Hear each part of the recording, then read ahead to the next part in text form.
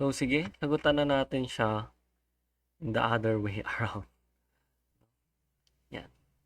So, yun nga, ang gagawin naman natin dito is sa cosine naman tayo kukuha ng ating isosolve. Ayan.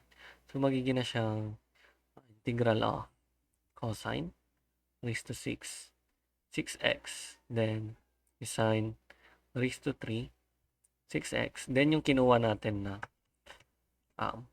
cosine 6x, then si dx. Ayan. So, ngayon naman is, we know that, shortcut ko na, so we have the cosine squared 6x is equal siya sa 1 minus sine squared 6x. Yan. Then, kailangan ko pang palitan ito. So, integral of cosine squared 6x. Ito, raised to 3 siya. So, power of a power, anong nangyari? Multiplication siya. So, halimbawa, meron tayong 2 raised to 2 raised to 3. That will be equal to 2 raised to 2 times 3. Or that will become 2 raised to 6. So, ganyan yung nangyari, no? Para siyang cosine 6x squared, no? The quantity cube. Yeah. So, we have sine cube 6x. And then si cosine 6x dx. Now, kailangan na natin substitute yung ating nakuhang value. So, we have the integral of ito yung papalitan natin, 1 minus sine squared 6x cube.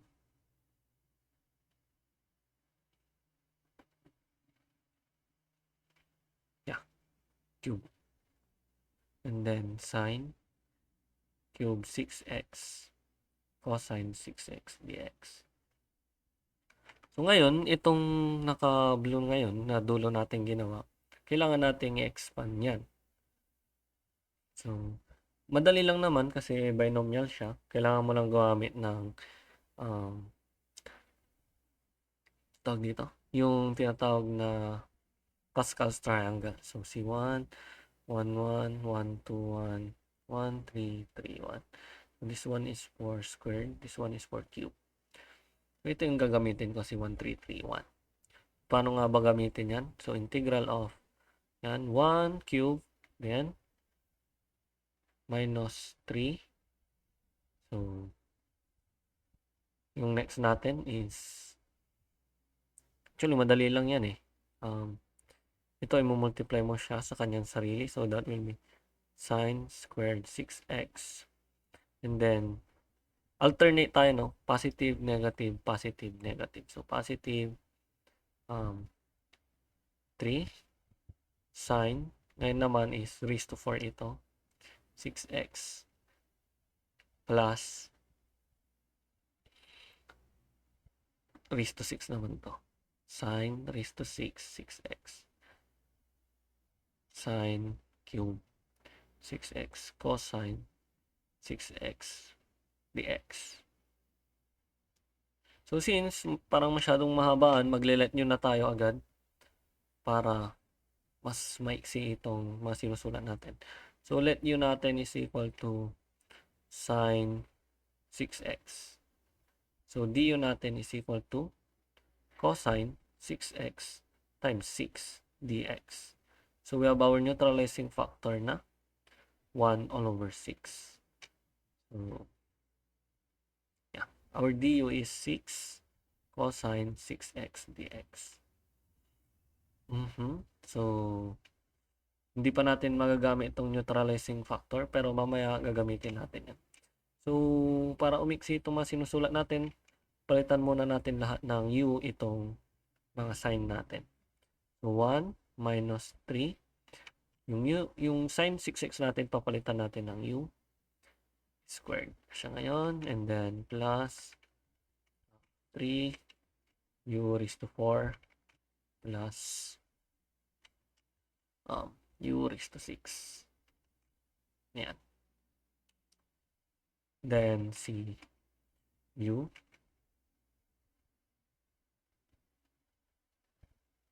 raised to 3. And then si du. So, kapag pinalitan na pala natin as du ito, yan, sulat na natin yung neutralizing factor natin. Yeah, dito na natin siya susulat. 1 all over 6.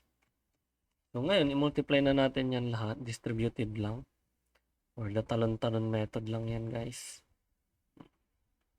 So, dito, tatalon lang yan dyan. Ito dito, dito, at dito. So, just multiply that. So, magiging na siyang ganito. So, magiging na siyang u raised to 3 minus 3u raised to 5 plus 3u raised to 7 plus u raised to 9 du. Yan. So, ganyan. So, pwede na natin siyang integrate. Hindi ko na siya pag-iwalay-walay na integrate. So, direct na tayo agad sa pag-integrate. So, we have 1 all over 4 u raised to 4 minus 3 all over 6 u raised to 6 plus 3 all over 8 u raised to 8 plus 1 all over 10 u raised to 10 plus c. Yan. So, simplify ang mga dapat ma-simplify. So, this one will become 1/2. And then, yeah, okay na yan. So, pwede ko din i-factor out si u raised to 4. No? So, we have 1 all over 6 u raised to 4. Tira na lang dito is 1/4 minus 1/2. Itinarang 2. So, plus 3 all over 8 u raised to 4. And then plus 1 all over 10 u raised to 6 plus c. Pero itong mga u na yan is papalitan pa natin ng sin 6x. So, ganito. If you want to check kapag tama ba itong pinag-factor out natin, so pwede ulit kayong pa-multiply, pabalik. So, kapag minultiply mo ba itong u raised to 4 dito sa 1/4, lalabas ba itong 1/4 u raised to 4? That's the question, di ba? So, bumalik ba? Yes. So, try nyo ulit kung minultiply mo ba itong u raised to 4 sa second term natin, babalik ba siya sa 1/2 u raised to 6? Which is yes. The answer is yes. So, more or less, tama naman yung ginawa natin. I-check nyo na lang yung iba. And I'm here para palitan na yung u natin. So, sin 6x raised to 4 1/4 minus 1/2 sin raised squared 6x plus 3 all over 8 sin raised to 4 6x plus 1 all over 10 sin 6x raised to 6 plus c. So, yan. Ito yung magiging ating sagot.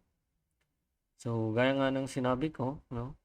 So, medyo mas mahaba ito na pagsosolve kaysa dun sa nauna. Ayan. So, ano naman yung mga possibility na magkamali ka sa pagsosolve ng problem na ito?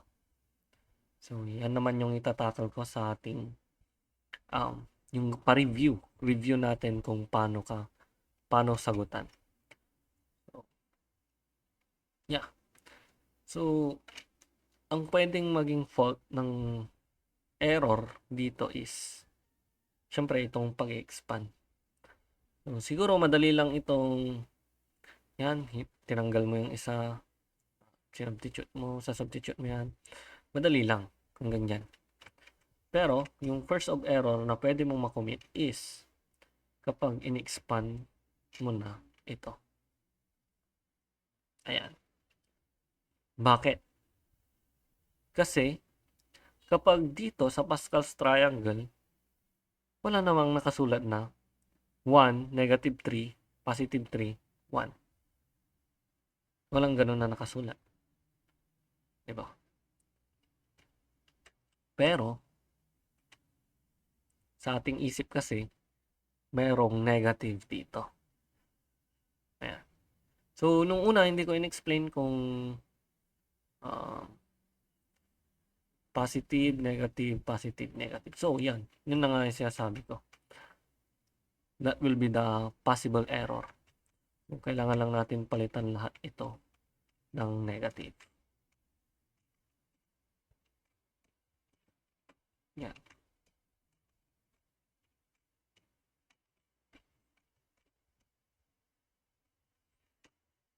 Yun nga yung possible error. Which is, yeah, na-commit natin. Pero, yun, kaya pa natin siyang na-double check. Kaya maganda din na nagdo-double check tayo ng ating mga sagot. Pero hindi naman yung pagdo-double check na para bang paranoid, parang ganun. Mali yung sagot ko, mali yung sagot ko, ganun. Hindi. Dapat, meron din tayong tiwala kung paano natin siya sinolve. No? So, yeah. Yun yung nakikita kong first error na pwedeng mangyari dito, which is nangyari nga. So, next is, yeah, madali lang to. Derivative. And then, yeah, madali lang naman din tong mga iba. Just distribute mo lang tong mga to. And then, yeah, just integral. Power formula lang naman yan. Then, makukuha mo na yung sagot. Then, yeah, itong sa part ng pagdi-distribute or pagpa-factor out dito, pwede mo naman kahit hindi na i-factor out yan. Basta ma-simplify mo siya, okay na. Pero kung gusto mo na i-factor out, okay lang din. Nasa sa'yo. So, I think this is, kapag hindi mo to na factor out, pinalitan mo na ano is, for me, okay na yon. Pero depende sa mga proof or teacher. Sa akin, that's fine. Dito, still fine. Kung ginawa mo din, dinistribute mo din tong 1 all over 6 sa mga ito, that's fine din. Okay lang. So, as long as you get the answer in the technique. So, yun. So, dito sa error na ito, or possible error na nagkamali,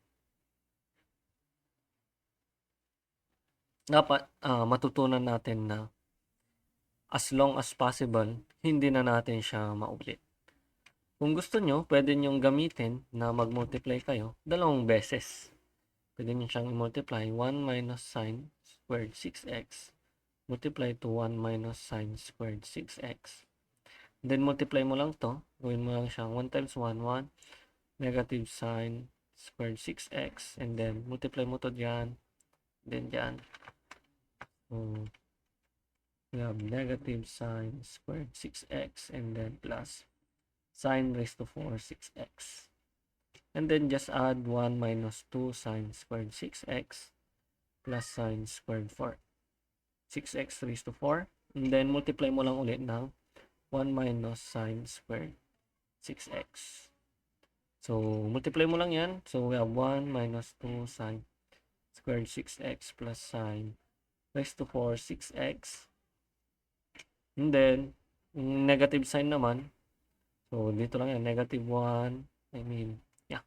Negative sine squared 6x.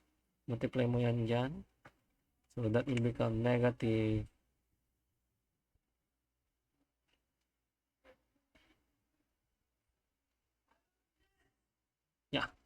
that will become positive. Positive. Negative times negative becomes positive. 2 sine squared 6x. That is raised to 4.